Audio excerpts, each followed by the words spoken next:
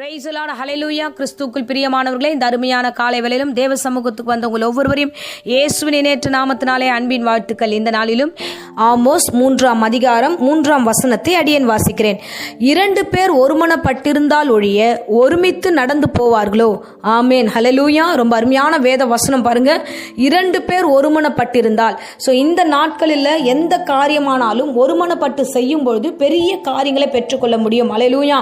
என வேத வசனம் சொல்லுகிறது, எங்கே 2-3 பேர் நாமத்தினாலே கூடுகிறோ அங்கே நான் வாசம் பண்ணுவேன் என்று கர்த்தர் சொல்லியிருக்கிறார். அப்ப நம்ம கூடி வரும்போது கர்த்தர் அந்த கூடுகை மத்தியில் இருக்கிறார். இந்த நாட்களிலும் நீங்க எங்கெல்லாம் ஒன்றாய் கூடுகிறீர்களோ, ஒருமனப்படுகிறீர்களோ, அந்த இடங்கள் எல்லாவற்றிலும் கர்த்தர் ஆசீர்வதிப்பார். பாருங்க, ஒவ்வொரு வீடுகளில் ஆசீர்வாதம் பெருகல. ஒவ்வொரு வீடுகளின் காரியங்களை பார்த்தீங்கன்னா சண்டையும் சச்சரவும் பிரச்சனைகளும் அதிகமாக இருக்கிறது. ஏன் இருக்கு அப்படின்னா, வீட்டுக்குள்ள ஒருமனது இல்லை. கணவன் மனைவிக்குள்ள ஒருமனது இல்லை, இல்லைன்னா பிள்ளைகள் தாய் தகப்பனுக்குள்ள ஒருமனம் இல்லை, இப்படி சகோதர சிநேகத்துக்குள்ள ஒருமனம் இல்லை. ஒருமனம் இல்லாத போது வீட்டுக்காக பிரச்சனைனா ஒன்றாய் சேர்ந்து எல்லாரும் உபவாசம் பண்ணி ஜெபிக்கணும்ன்ற அந்த அறிவு ஞானம் இல்லாம போயிடுது. யாராவது எப்படியாவது போட்டோம், அவங்களுக்கு தானே பிரச்சனை அப்படின்னுட்டு பிள்ளைங்க விடுறது. பிள்ளைங்க சரியா பேச்சுக்கு கேட்கலன்னா பரவாயில்ல படட்டும், அதனால நமக்கு என்ன வந்தது அப்படின்னு பெற்றோர் சும்மா இருக்கிறது.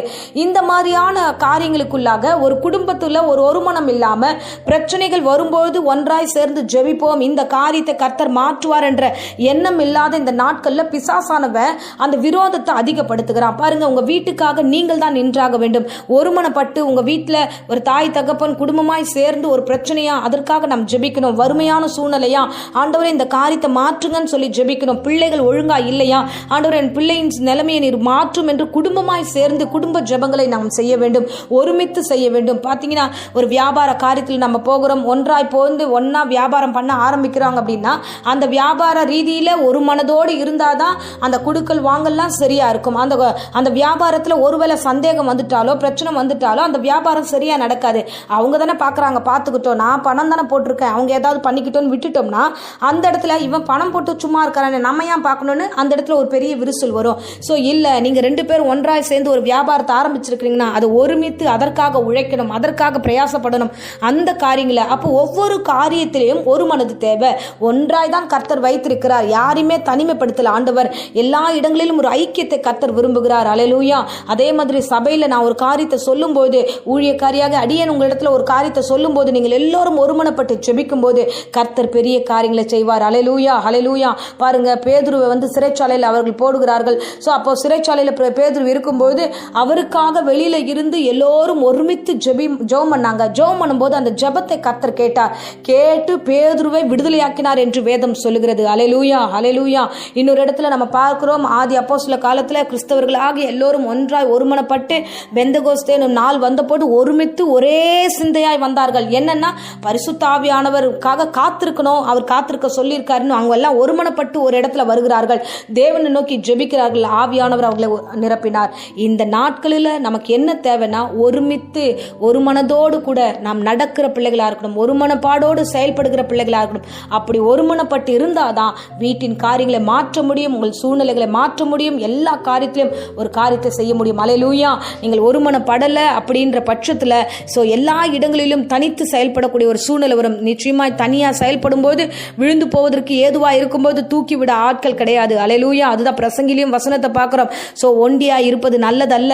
ஒண்டியா இருந்தோம்னா நம்ம விழுவதற்கு ஏதுவான பல காரணங்கள் இருக்கிறது, தூக்கிவிட ஆட்கள் இருக்க மாட்டாங்க. அப்போ தேவன் ஆதாமை படைக்கும் பொழுதே ஆண்டவர் தனிமையா இருக்கிறது நல்லதில்லைன்னு ஏவாளை படைத்து அவனை ஒன்றாய் சேர்த்தார். அப்போ ஆண்டவர் சேர்த்ததுக்கான நோக்கம் உண்டு, இணைத்ததுக்கான நோக்கம் உண்டு. ஒருமித்து ஒரு வீட்டில் வாசம் பண்ணுவதற்கு ஒரு காரியம் உண்டு. ஒரு சபையில கர்த்தர் கூட்டமாய் ஒரு இணைந்து ஊழியம் செய்ய கர்த்தர் கொண்டு வந்திருக்கிறார், அதற்கு ஒரு நோக்கம் உண்டு. எல்லாவற்றுக்கும் ஒன்றாய் இருக்க வேண்டும் என்று தேவன் விரும்புகிறார். அதுதான் வேத வசனத்துல வாசிச்சோம். 2 பேர் ஒருமனப்பட்டிருந்தால் ஒழிய ஒருமித்து நடக்க மாட்டார்களே. நீங்க ஒரு பிரச்சனைக்கு வந்துருச்சு, நீங்க ஒன்னா சேர்ந்து போனாதான் அந்த பிரச்சனையை தாண்ட முடியும். 2 பேர் ஒன்னா சேரல, அந்த பிரச்சனைனா நடந்து போகவும் முடியாது, அந்த காரியத்தை பார்க்கவும் முடியாது, எல்லாம் தோல்வியா முடியும். தோல்விக்கு நேராக உங்கள் வாழ்க்கையை நடத்தாதீங்க, தோல்விக்கு நேராக உங்க குடும்பத்தை நடத்தாதீங்க, தோல்விக்கு நேராக உங்க ஊழியத்தை நடத்தாதீங்க. ஒருமித்து ஒன்றாய் சேர்ந்து கூட இருக்கிறவங்களோட ஐக்கியப்பட்டு ஒன்றாய் சேர்ந்து நடந்து ஜோமணி கடந்து போங்க, கர்த்தர் பெரிய காரியங்களை செய்வார். இப்பொழுது அடியேன் உங்களுக்காக ஜெபிக்கிறேன். அன்பு ரட்சகா, இந்த அருமையான வேலைக்காக நன்றியோடு ஸ்தோத்திரம் பண்ணுகிறோம். ஆண்டவரே, 2 பேர் ஒருமனப்பட்டிருந்தால் ஒழிய ஒன்றாய் போக மாட்டார்கள் என்று அவ்வளவு திட்டமாய் தெளிவாய் எங்களோடு கூட பேசினீர் அப்பா. இந்த வேளையில் இந்த பிரசங்கத்தை கேட்ட ஒவ்வொரு பிள்ளைகளையும் ஆசீர்வதிப்பீராக கர்த்தாவே. ஆண்டவரே, அந்த குடும்பத்தோடு இணைந்து ஜெபிக்கிறவர்களாய் மாற்றுங்க, நண்பர்களோடு இணைந்து ஜெபிக்கிற பிள்ளைகளாய் மாற்றுங்க, சபையோடு இணைந்து ஜெபிக்கிற பிள்ளைகளாய் மாற்றுங்க ஆண்டவரே.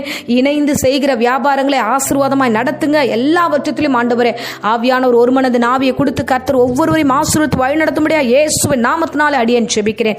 ஆசீர்வதியும் காத்துக்கொள்ளும். இப்பொழுதும் கர்த்தாவே ஆண்டவரே, சரீர பலவீனங்களை உண்டு பண்ணுகிற சாத்தானை இயேசுவின் நாமத்தில் சபித்து கட்டுகிறேன் அப்பா. யாரெல்லாம் ஆண்டவரே இந்த வேளையில பலவீனப்படுகிறார்களோ அவர்களை பலப்படுத்தும், காத்துக்கொள்ளும், தொடர்ந்து வழி நடத்தும். இயேசுவின் இணையற்ற நாமத்திலே ஜெபித்து ஒப்பு கொடுக்கிறேன் ஜீவனுள்ள நல்ல பிதாவே. Amen, amen. Praise the lord. God bless you.